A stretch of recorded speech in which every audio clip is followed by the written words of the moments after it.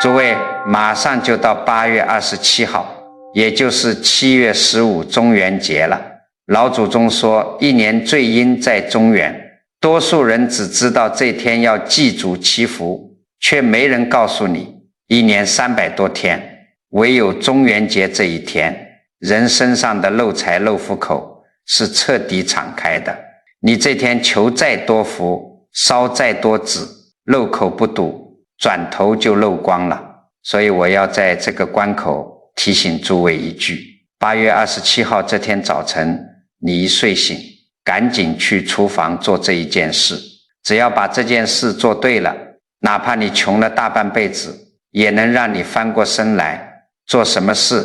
去拿一个玻璃杯，抓一把盐，准备一张写了你名字的纸，我给它起个名字叫收漏水。这3样东西加起来不到10块钱，这杯水是专门用来把你漏了半辈子的财和福报结结实实的锁回来的。为什么要教你们锁财堵漏？因为太多老朋友跑来找我掉眼泪，说自己一辈子省吃俭用，没干过亏心事，可家里的钱就是留不住，事事都不顺，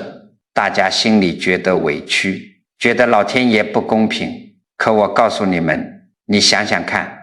如果你手里拎着一个底下破了洞的木桶，每天起早贪黑去河边挑水，这水能满吗？你一边拼命往里倒，它一边在底下哗哗的漏，你这半辈子存不住财，留不住福，根本不是老天爷没给你福分，是你身上带着一个连你自己都没察觉的大漏口，你连漏口都没堵上。今天求财神，明天拜菩萨有什么用？我给你们讲个故事。在古时候，有个精明强干的富户，这个人不得了，白手起家，把生意做得很大，家里的金银财宝堆成了山。他平时也挺规矩，没杀过人，没放过火，甚至斋年还会施点粥。可是到了晚年，不知道怎么回事，家里的生意连连亏损，大火烧了仓库，船沉在了江里，偌大的家业竟然莫名其妙地败了个精光。这人想不通啊，坐在破败的院子里嚎啕大哭，只喊老天不长眼。这时候有个云游的真人路过他家门口，看了看他，叹了口气说，你别哭了，你家业败光，怪不得天，是你自己漏光的。富户不服气，瞪着眼睛说，我一辈子勤勤恳恳，怎么会漏？真人指着他家厨房后头的臭水沟说，你自己去看看，那沟里是什么？富户跑过去一看，沟里全是发霉发臭的白米饭和剩菜。真人说，一粒米百滴汗，这都是天地的恩赐。你家里有钱了，吃不完的饭菜天天偷偷往地沟里倒，这叫暴殄天物，这是你人生的第一大漏口，你把自己的实路深深给漏光了。接着真人又指着院子角落里一个干瘦的老佣人说，你再看看他，你平时对待下人极其尖酸刻薄，动不动就破口大骂，稍微做错一点事就克扣工钱，人家嘴上不敢还击，眼泪往肚子里咽，可是那一肚子憋屈和怨气天天冲着你，这是你的第二大漏口，你把自己的福德给折腾干净了。真人最后跟他说了一句最要紧的话，你每天账房里进来的金银再多，怎么抵得住你这2大窟窿天天往外漏？诸位啊，你想想看，这故事里讲的是谁？讲的就是我们自己啊，这个富户，他不是故意的，他是根本不知道那些不起眼的动作，那些漫不经心的念头，就是他命里的漏口。我们也是一样，你这半辈子或许因为嘴巴不饶人，或许因为心里头总是压着怨恨，或许因为一些不知不觉的习惯，把辛辛苦苦积攒下来的福分全给漏了。你求了一堆福报进来，底下的窟窿张着有什么用？佛法讲得很清楚，万法皆空，因果不空，你漏掉的都是你自己不经意间造下的业。那么既然漏了半辈子，现在老了还能不能堵上，还来得及。只要你一天没断气，这扇门就一天没关上。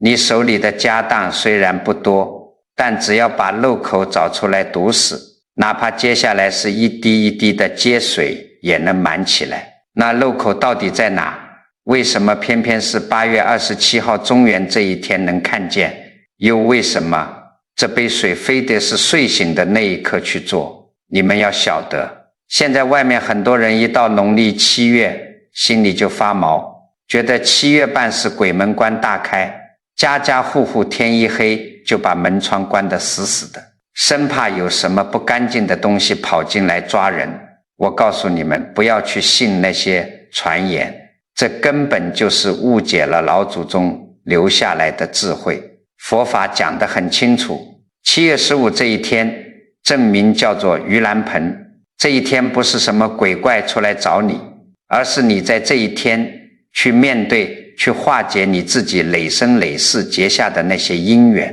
你想想看，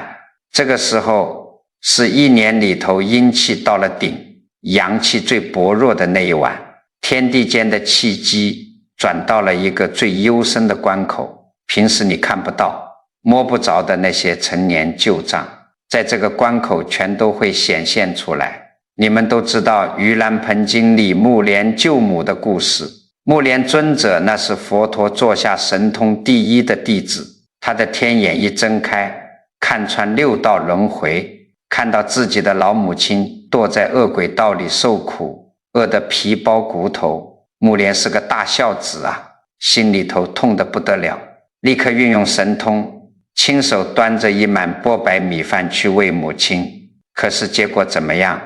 饭刚送到母亲嘴边，还没等吃下去，那一钵白米饭瞬间就化成了滚烫的火炭，母亲根本吃不进去，烫得在地上打滚。你们要晓得，目连是神通第一的人，他有那么大的本事，为什么连自己亲娘都救不了一口饭？佛陀后来告诉他，这不是你本事不够，是因为你母亲那一头，她的业力之口是张着的，她身上带着极重的干贪吝啬之业，那个漏口太大了，哪怕你给她送去的是天上最好的甘露，她也接不住，最后必须等到7月15众生结下安居圆满这一天，仰仗十方大众清净修行的力量，才能帮他把这个业力的漏口堵上，把它救拔出来。这就是盂兰盆的真正来源，也是我们讲中元节的根本所在。你回过头来看看你自己，你这大半辈子存不住钱，福报留不住，其实就跟目连的母亲一样，不是老天爷没把福分送进你的门，而是你那一头张着一个大漏口，进来多少漏掉多少，你根本接不住啊。所以要在中元这天把漏口找出来堵上。但是我今天教你们做的这个收漏水有一个绝对不能错的规矩，那就是在8月27号这天，你必须是早晨一睡醒的时候立刻去做。为什么非要是睡醒？为什么不能像别的事情一样头一天晚上睡前布置好？这个道理很简单，这也是老祖宗传下来最核心的玄机。我常常讲，人在夜里睡着了，那不是简单的休息，那是一场小死；早晨睁开眼睛醒过来，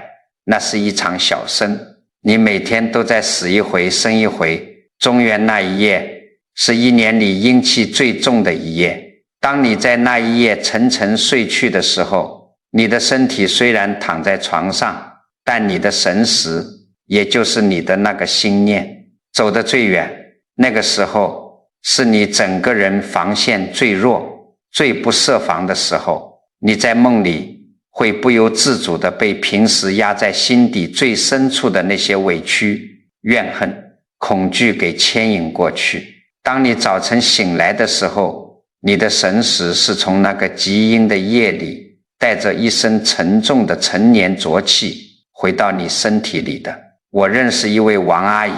王阿姨大半辈子都在餐馆里打拼，为了供一双儿女读大学，省吃俭用。按理说现在儿女都成家立业了，她该享福了吧？可是没有。前几年她心脏出了大问题，尤其是那年的7月，她每天夜里睡得好好的，总是到了凌晨3、4点突然就惊醒过来，醒来的时候满头大汗，觉得胸口像压了一块几百斤重的大石头，连呼吸都扯着疼。他跑遍了旧金山的大医院、心电图，彩超做了一大堆，医生看了单子直摇头，说你的心脏一点毛病都没有，健康得很。后来他坐在我面前，一边说一边掉眼泪，说每天早晨醒来的那一刻，觉得浑身的精气神都被抽干了，手抖得连个水杯都端不住。我看着他，只问了一句话，你夜里闭上眼睛的时候，是不是总是梦见30年前你丈夫提着行李箱抛下你和孩子走掉的那一天？王阿姨听到这句话，整个人僵住了，眼泪唰的一下就崩溃了。她丈夫当年背叛了她，在孩子最小、家里最穷的时候跟别人跑了。这30年来，她白天要强，从来不在外人面前哭，拼了命的赚钱养家，把这件事死死地压在心底。她以为自己早就忘了，早就放下了。可是我告诉她，你根本没有放下，你白天用理智硬撑着，可是一进农历7月，天地间的阴气最重，你夜里睡着了，防线一撤，你的神识就直接掉进了那段最痛的记忆里。你在梦里一遍又一遍地看着那个男人狠心离开的背影，你把当年那种天塌下来的恐慌，那种恨不得撕碎对方的怨气，在7月最阴的夜里全部吸进了自己的心识里。等你早晨惊醒的那一刻，你是背着这30年的浊气和阴寒醒过来的。你想想看，背着这么重的东西醒过来，你的胸口能不闷吗？你的福报能不漏吗？你这就叫病由心生，业由心造。所以为什么这杯收漏水必须在睡醒的时候做？如果你是睡前做，摆一杯水在那里，那杯水吸了一夜，吸的是什么？吸的只不过是你这间屋子里的灰尘和浊气。但是当你睡醒的那一刻，你刚刚从最深的夜里、最远的神识里挣扎着回来，这个时候你把昨夜沾染的这半辈子积压在心底的怨气和浊气全都带回了你的身上。你选在睡醒这个时间点，什么杂念都不要有，去把这杯水布下。这个时候这杯水吸的不是屋子里的浊气，而是吸你这个人。它就像是一块干透的海绵，趁着你身上的业力浊气刚刚带回来，还浮在表面的这一刻，一把将它吸得干干净净。这叫掐准了气机的命脉。你们要晓得，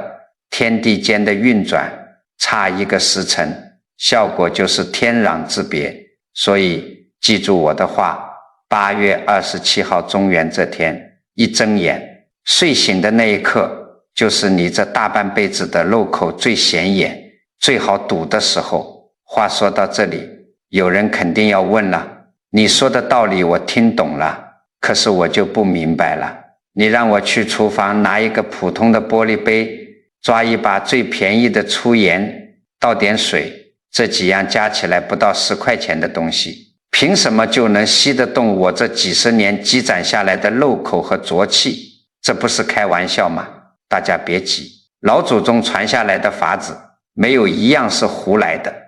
这杯水不是普通的水，里面的讲究大得很。你们要晓得，我们平时在家里大扫除，拿着扫把扫地，拿着抹布擦桌子，地上的灰尘你扫得干净，桌子上的油污你擦得干净。可是你这大半辈子在外面受的委屈，吃过的亏，生闷气留下的那些怨恨，这些无形的东西你拿扫把能扫得走吗？拿抹布能擦得掉吗？扫不走的。这些东西全变成了一股浑浊的气机，日积月累，压在你的心底，沉在你的骨头缝里。平时你不觉得，一到阴气重的时候，它就开始作怪，开始漏你的福报。对付这种无形的陈年底色，扫把不管用。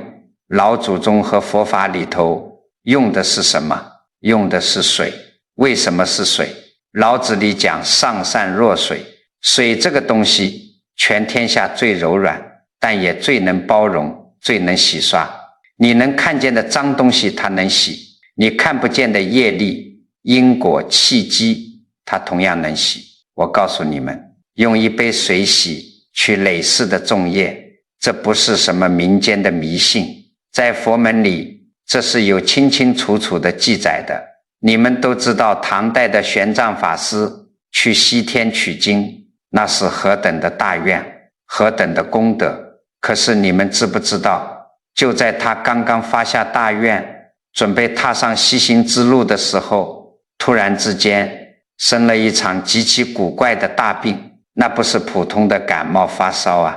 史料里记载的明明白白。玄奘法师当时躺在寺庙的禅床上，浑身烧得像火炭一样，骨头缝里像有1000万根针在扎，他痛得连坐都坐不起来。你想想看，一个发了大愿要去求取真经的高僧，路还没走一步，眼看就要病死在床上了，换了普通人，心里肯定要抱怨了，老天爷啊，我发了这么大的善心，要做这么大的好事，你怎么不保佑我，反而让我遭这么大的罪？难道是我这趟去错了？就在玄奘法师烧得迷迷糊糊的时候，他在梦里看见了菩萨。菩萨面容慈悲，但却非常严厉地指点他。菩萨告诉他，你不要怀疑自己的愿力，你现在受的这个苦根本不是你今天做错了什么，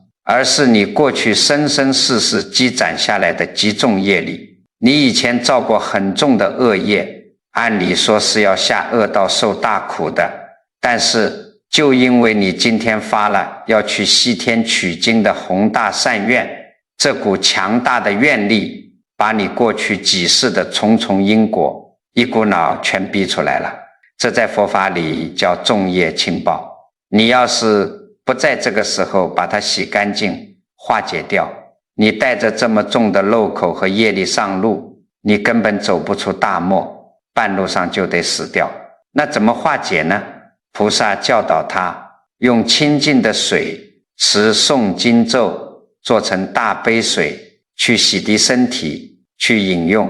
玄奘法师醒来之后立刻照做，当那持诵过的净水流遍全身，喝进肚子里的时候，奇迹发生了，他浑身出了一层厚厚的发着腥臭味的黑汗。那一刻他觉得压在胸口的那块大石头砰的一下碎了，骨头里的痛楚烟消云散，整个人神清气爽。那股发臭的黑汗是什么？那就是他累世的浊气和业障。一杯诵过咒的净水硬生生地把他命里的那个大窟窿给堵上了，把他身上那个旧的背着重业的自己给洗脱了，洗干净了，他才站得起来，才走完了那108000里的路。诸位啊，你想想看，玄奘法师那么高的修为，发那么大的愿，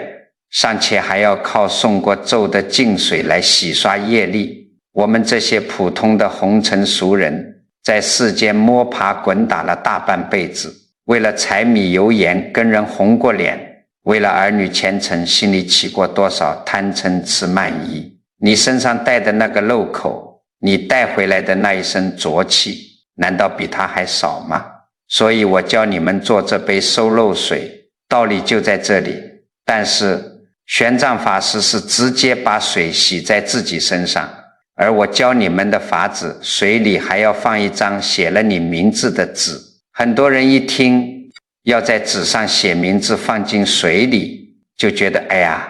这会不会不吉利？我告诉你们，不要拿无知当谨慎，在纸上写名字，这叫替身法，这是老祖宗传下来，佛门里也一直在用的正法。你去寺庙里看看，逢年过节那些消灾延寿的牌位，超度往生的牌位，上面写的是什么？不就是一张红纸或者黄纸，上面端端正正写着你的名字吗？为什么要写名字？名字就是你在天地间的一个记号，它连着你的命脉，连着你的气机。当你一笔一画把自己的名字写在那张纸上的时候，你的心念就已经倾注进去了，那张纸就不再是一张废纸，它就是你的替身。中元节那一夜，你从最深的梦境里带回来了那些阴寒的业力。第二天睡醒，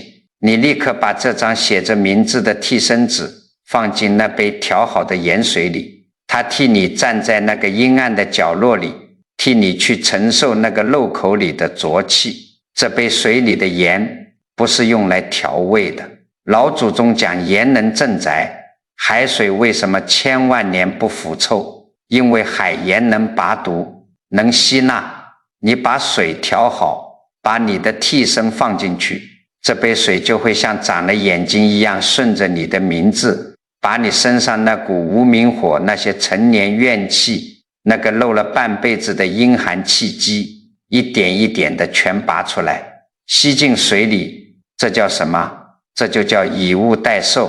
他替你把那些糟糕的东西承接下来，让你这个肉身，让你这个家宅干干净净的重新开始。你懂了这个道理，你就知道这杯水的分量有多重了。它不是随随便便拿个杯子接点自来水就能做成的。如果你用的东西不对，步骤搞错了，那你不是在改运堵漏，你是在陪自己胡闹。不仅堵不住漏，反而会把你家里的气机搅得更乱。这杯水有3样东西是绝对不能用错的，有4个步骤是一步都不能颠倒的，错了一样全盘皆输。这第1样东西就是一个透明玻璃杯，你记住了，千万不要用塑料杯，也不要用那种带颜色带花纹的杯子。为什么要用透明玻璃杯？这个道理很简单，塑料是化工厂里造出来的东西，它本身就带着一股世俗的浑浊的火气。你拿一个本身就浑浊的东西去装你大半辈子积攒下来的漏口和浊气，它怎么装得住？玻璃是什么做的？玻璃是干净的沙土在高温里烧出来的，它透亮清澈，最关键的是它没有自己的性质，它摆在那里就是一个纯粹的容器，不掺和你的因果，不搅乱水里的气机。只有干干净净透明见底的玻璃杯，才能原原本本的把你身上的旧账给显现出来。这第2样东西是出海盐，你一定要去买那种大颗粒的出海盐，绝对不能用家里炒菜用的精盐。你想想看，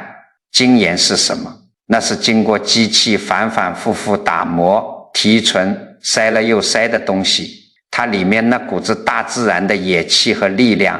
早就被磨得一干二净了。而出海盐是海水直接在太阳底下晒出来的，它里面带着汪洋大海那种厚重包容，能化解万物的戾气。老祖宗几千年来都讲盐能镇宅，过去的人搬新家，遇上家里不顺当，都知道在灶头放一把盐，在门槛底下撒一把盐，海盐能拔毒，能吸纳，这是借天地间最厚实的东西来压住你命里那些虚浮的漏口。这第3样东西叫阴阳水，很多人不知道什么叫阴阳水。所谓的阴阳水，就是一半用壶烧开过的热水晾凉，另一半是水龙头里直接接出来的生水，把这2样水兑在一个玻璃杯里。为什么要这么干？佛法讲得很清楚，万事万物都要有个生机。如果你光用开水，那是纯阳，火气太重；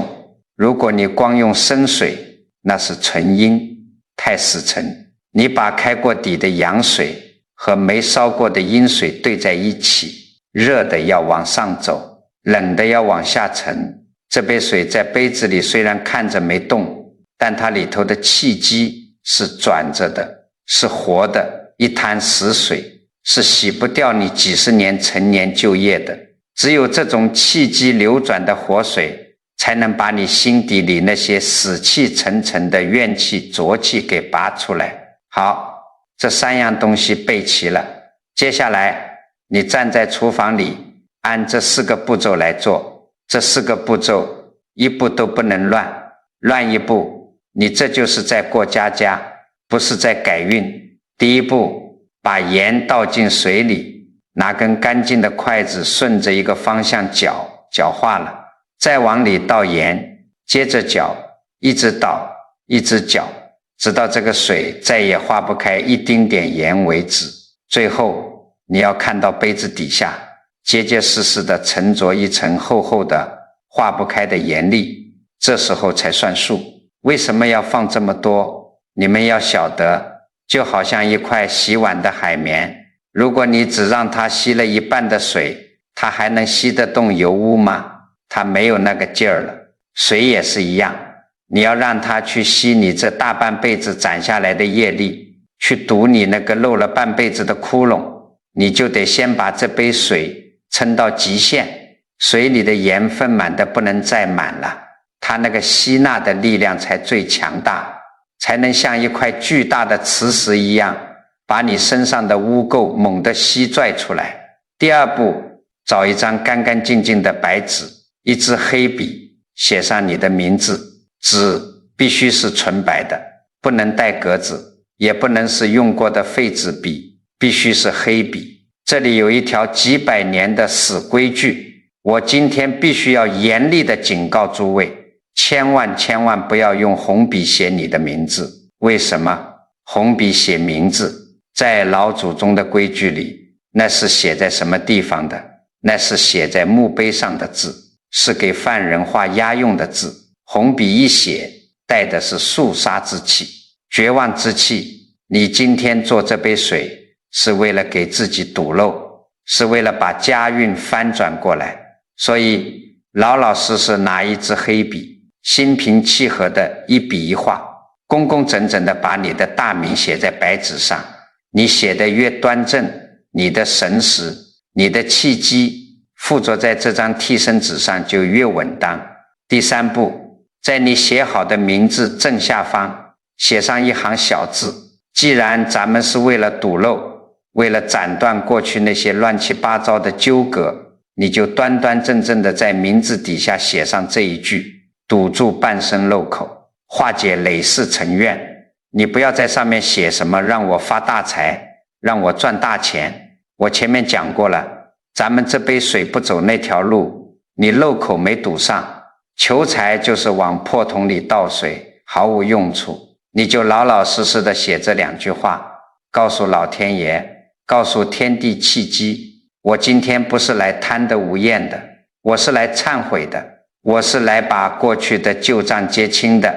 把这张纸折叠好，轻轻地放进这杯已经掉到化不开的盐水里。第4步也是最关键的一步，这决定了你这杯水到底是普通的盐水，还是能救命的大杯水。把纸放进去之后，你用双手把这个玻璃杯捧起来，捧在胸口，闭上眼睛，不要想东想西，把心定下来，对着这杯水连着念7遍6字大明咒。6字大明咒是什么？这6个字是观世音菩萨的大慈大悲，威力不可思议。你为什么这个时候要捧着杯子念7遍？因为这杯水此时此刻装着你的替身，装着你的凡夫俗骨，你光靠大自然的水和盐，力量毕竟有限。当你念动这6字大明咒的时候，你的愿力，菩萨的慈悲力就顺着你的声音，你的掌心结结实实地打进了这杯水里。念过7遍咒的水和没念过的水，那是截然不同的2样东西。它有了加持，有了愿力，它才能真正成为帮你看清漏口、吸走浊气的法宝。7遍念完，你什么话都不要说，转身拿着这杯水走到你们家里最暗、最不起眼的一个角落，可以是床底下，可以是柜子背后，只要是阴暗的，平时没人去碰的角落就行。把杯子稳稳当当的放下。为什么放暗处？因为你那些见不得光的怨气，你家里那些悄悄漏掉的福分，最喜欢藏在阴暗的角落里。你把这杯水正在最暗的地方，就等于一根钉子，死死地钉在了你家漏口的源头上。好了，这4个步骤做完，你就算大功告成了。但是你别急着高兴，我告诉你们，杯子放下之后，接下来的这24个钟头里有个死规矩，不许碰，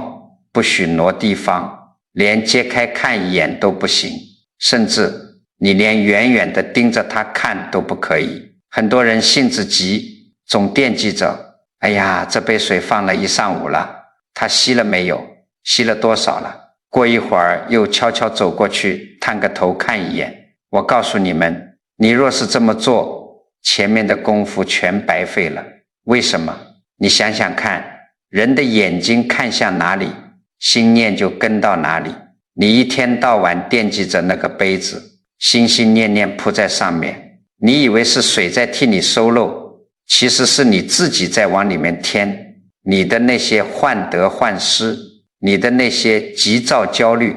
全顺着你的念头一股脑的灌进那个杯子里了。它本来是替你清算旧账的，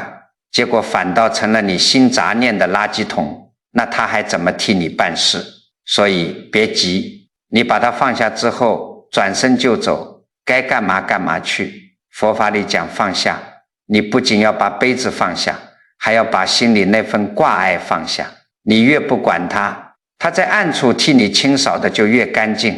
到了第2天早晨，你一觉睡醒，整整走完了1天1夜的时辰，这一个轮回转完了。这时候你再走进那个暗处，去把那个杯子端出来，好好看一看。我跟你讲，看这杯水就像是看你这大半辈子的心相，水里会显现出好几种景象。第一种情况，你会发现水变浑了，发黄发黑，甚至上面飘着一层灰蒙蒙的东西。很多人一看就觉得恶心，心里发毛，觉得这水是不是坏了？你先别害怕，这不是水脏了，而是你家里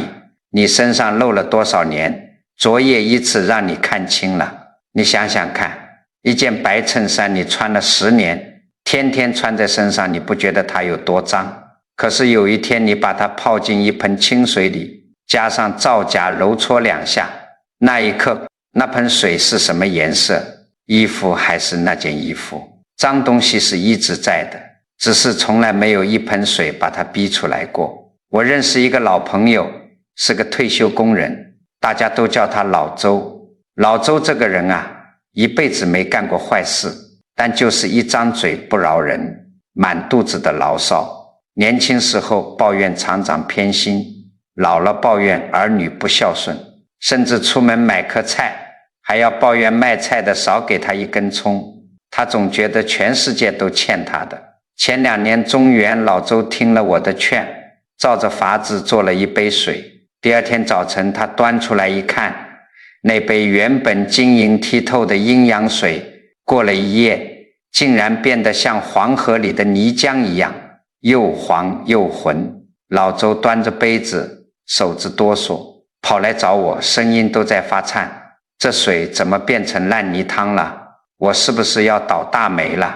我看着他，指了指他手里的水，又指了指他的心口说，老周啊，老天爷没有不给你路走，是你自己这大半辈子满肚子的牢骚，满脑子的怨气，把你这辈子的水硬生生给搅浑了啊！老周听完这句话，端着杯子愣在原地，眼眶突然就红了。这几十年来，他第一次低头认了错，他一直以为是别人对不起他，其实是他自己那种连绵不断的负面气机，把家里的福分全漏光了。所以你们要晓得，水变浑那是大好事，越浑越好，浑得越厉害，说明你这些年压在心底的陈年旧业攒得越多，这一页它倒出来的也就越干净。第二种情况，你会看到杯子里的盐竟然爬上了杯壁，在水面以上结出了一圈厚厚的白霜，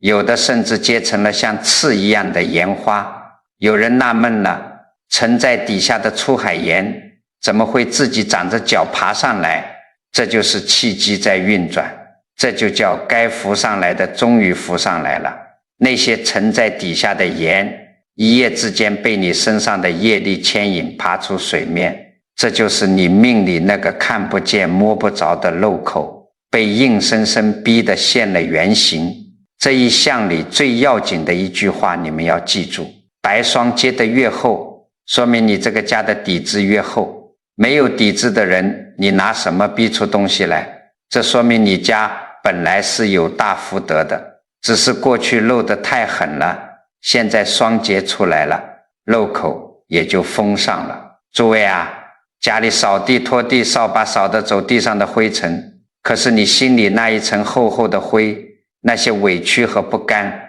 扫把伸得进去吗？你看着那杯浑水，看着那圈白霜，那不是水在作怪，那是你活了这几十年头一回亲眼看见了扫把扫不到的那一层星灰。浑水和白霜是大家比较容易看懂的，可是我告诉你们，这第三种情况往往最吓人。很多人第二天一觉睡醒，去暗处端出杯子，低头一看，哎呀，昨天亲手放进去的那张白纸，那个工工整整写着自己大名的纸条竟然烂了，有的糊成了一团看不清字，有的甚至碎成了一片一片的。很多人一看自己的名字烂在水里，当场吓得腿都发软，心里直犯嘀咕，完了完了，我的名字都烂了，我是不是惹上大麻烦了？是不是要倒大霉了？你先别难过，也别害怕，听我把话讲完。你想想看，昨天晚上放进水里的那张纸，上面写的是谁？是你啊，是那个省吃俭用了一辈子却依然存不住钱的你，是那个被生活压得喘不过气，满腹委屈抱怨的那个旧的你。我前面讲过，在纸上写名字，这叫替身法。替身的本分是什么？既然他是替身，他的本分就是替你受过，替你挡灾，替你烂这一回。他如果不烂在水里，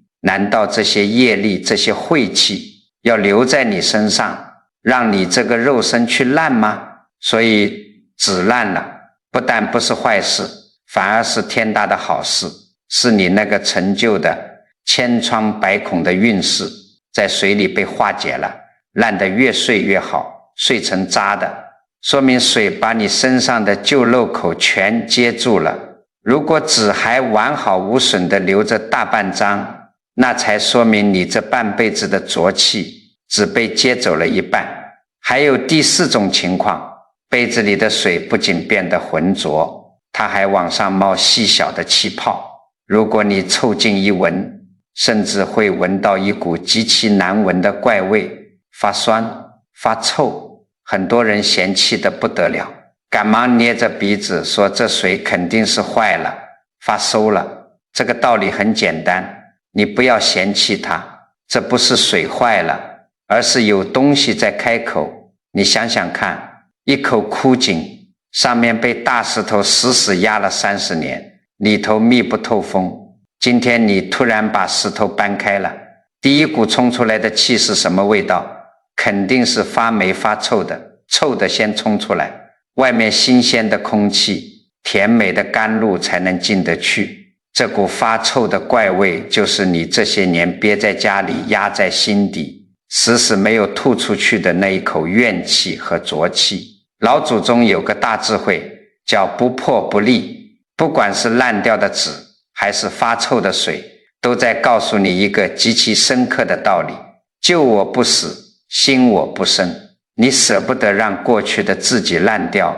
你就永远翻不了身。唐代有个鼎鼎有名的大宰相叫裴修，裴修这个人不得了，不仅学问大，而且精通佛法。有一年他的儿子进京赶考，一下子拔得头筹，中了状元，10几岁的年纪，金榜题名，骑着高头大马，披红挂彩的在长安城里游街，满朝文武谁不来巴结。可是裴修站在家门口，看着儿子那个下巴翘上天，满脸骄狂得意的样子，他一点都笑不出来，反而被心里冒出了一层冷汗。他太懂因果了，他一眼就看出来，儿子身上生出了一股极其可怕的傲气。这股狂妄的傲气就是人生最大最致命的漏口，福报给的太大，心性拖不住，早晚要闯下灭门的大祸。裴修二话不说，等儿子一进家门，冲上去一把将儿子身上的状元红袍给扒了下来。儿子当场就愣住了。裴修指着大门外严厉地说：脱下绫罗绸缎，换上最破的粗布衣裳，给我滚到深山老林的寺庙里去。堂堂状元郎哪受过这种奇耻大辱，被硬生生赶到了深山里，每天天还没亮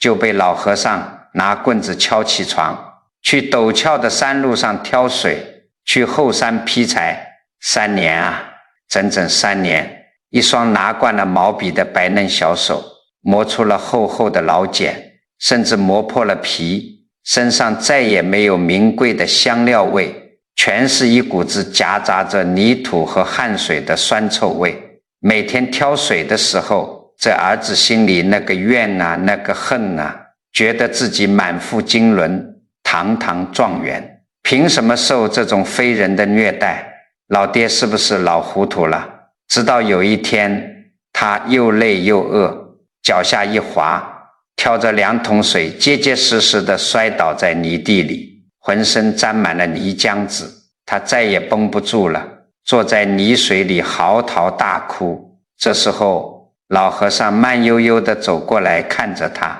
只说了一句话：你以为你父亲在害你？你考中状元那一刻的骄狂，3年之内足以败光你裴家几代人积攒的福报。如果不在这个时候把你那一身骄狂金贵的旧皮囊深深地磨烂发臭，你这微薄的命接得住这天大的福分吗？就在老和尚点破的这一瞬间，儿子犹如醍醐灌顶，他低头看看自己满身的泥浆，闻闻身上那股难闻的酸臭味，那一刻他心里那个高高在上怨气冲天的状元郎彻底死掉了，在泥地里烂透了，骄狂一去，智慧就生出来了。后来这个人出家修行，成了一代真正有大成就的高僧大德。诸位啊，佛法讲得很清楚，你看懂了这个故事，就看懂了你手里这杯水，你杯子里那张烂掉的纸，就跟你身上那个救我一样。你这半辈子背着满身的委屈，不甘心，对儿女的操心，对旁人的计较，你舍不得把他们扔掉，天天抱在怀里，当成个宝贝一样护着。现在借着这杯念过6字神咒的阴阳水，你的替身终于在里面烂掉了，那个旧的你死掉了，那股难闻的怪味，就像状元郎身上那股酸臭的汗水，那是你被逼出来的穷酸气和陈年怨气，浑水、白霜、紫烂、冒泡这4样现象。不管你出现哪一样，哪怕是4种全占了，出现的越猛烈，我都要恭喜你。这说明老天爷借着这杯水，把你的漏口给你指得明明白白的，并且替你化解了一大半，这叫脱胎换骨。当然了，也有一部分朋友第2天睡醒一看，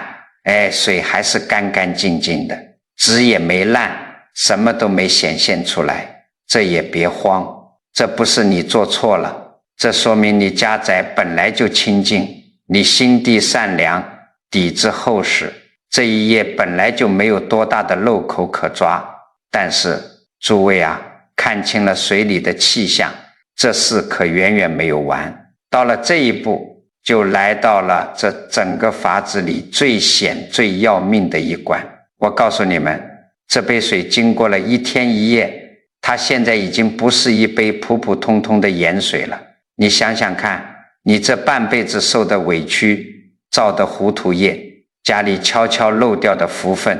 那股子阴寒沉重的陈年浊气，全都被逼到了这杯水里。这就好比是一副刚刚熬好的吸满了毒素的药渣，你要是觉得大功告成，随随便便往外一泼，或者处理的法子弄错了，那股浑浊的气机不仅送不走，反而会在你家里散开，甚至重新回到你身上。所以这杯水怎么送走，有3条雷打不动的死忌，你们千万要记住。第1条死忌，绝对不许喝，连拿它漱口都不行。你们别笑，我还真遇到过这样的老居士，他觉得这杯水里放了那么多精挑细选的海盐，倒了可惜，想着老祖宗说盐水能杀菌消炎，他第2天早晨看水没怎么变浑，竟然端起来漱口。哎呀，糊涂啊，你费了那么大劲，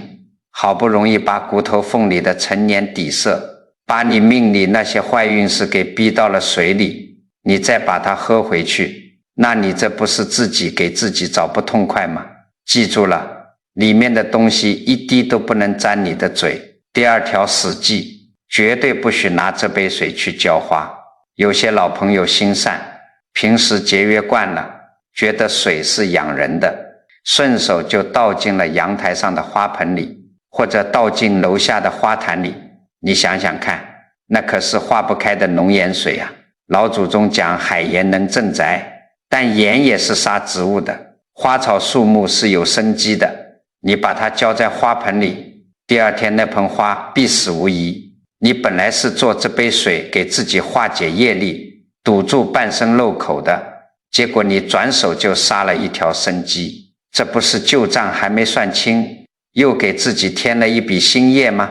第3条死忌，绝对不许给家里的猫猫狗狗碰到。小动物的灵觉比我们凡人敏感得多，这杯水里装的全是极其沉重阴暗的气机，你若是随手放在地上，让猫狗跑过来舔了一口，它们微弱的命格承受不住这种浑浊的业力，家宅里的气机都是连在一起的，猫狗不得安宁，你这个家也就跟着不得安宁。那么既然有这么多讲究，这杯浑水到底该怎么送走才最稳妥？我教你们2个法子。上策是倒在裸露的泥土地上，如果你住在1楼，有个带泥巴的小院子，或者你住在乡下，那就端着杯子去找一块长着杂草的野地，记住，必须是真正的泥土，不能是水泥地，不能是铺了砖的柏油路，更不能是你家里精心养护的花盆。为什么要倒在泥地里？这个道理很简单，老祖宗几千年前就告诉我们，厚德载物，全天下最宽厚最能包容的就是我们脚下的这片大地。大地是母亲啊，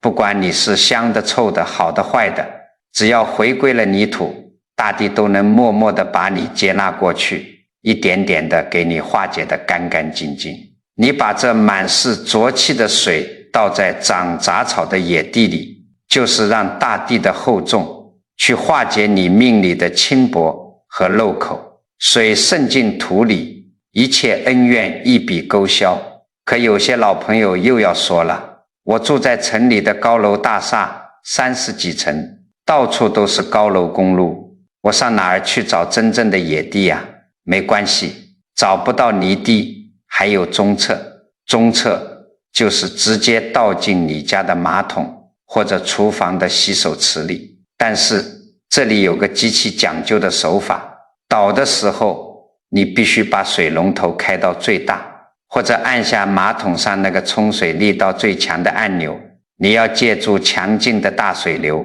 一鼓作气把这杯水冲得干干净净，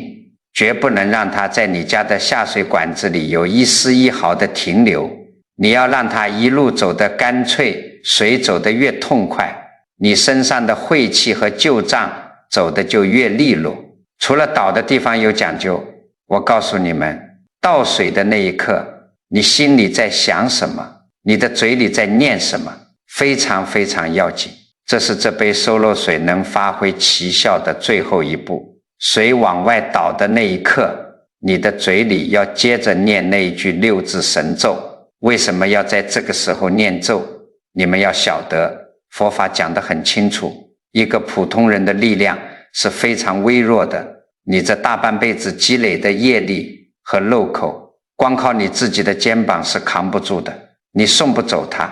你念动这句含有无尽大慈大悲愿力的神咒，就是在仗大众之力，仗十方诸佛菩萨的清净愿力，帮你把这一夜逼出来的晦气和霉运超拔出去。这叫借力打力，这是极其殊胜的方法。同时这个时候你的心念必须放正，绝不能带着恨意，也不能带着怕意。有的人倒水的时候咬牙切齿地想，哎呀，可算把这些倒霉玩意儿扔了，别再来害我了。你如果起的是这种嗔恨心，这叫恶念相向，你越恨他，气机一冲撞，反弹回来的还是恶果。我告诉你们，你是在送，不是在扔，你是客客气气的借助菩萨的慈悲，把你过去自己造下的那些糊涂账，那些不好的因缘，规规矩矩的送归天地。你要在心里想，去吧，回到该去的地方，解脱了吧。一念慈悲，万物皆化，这才是真正的化解。至于杯子里那张写着你名字的替身纸，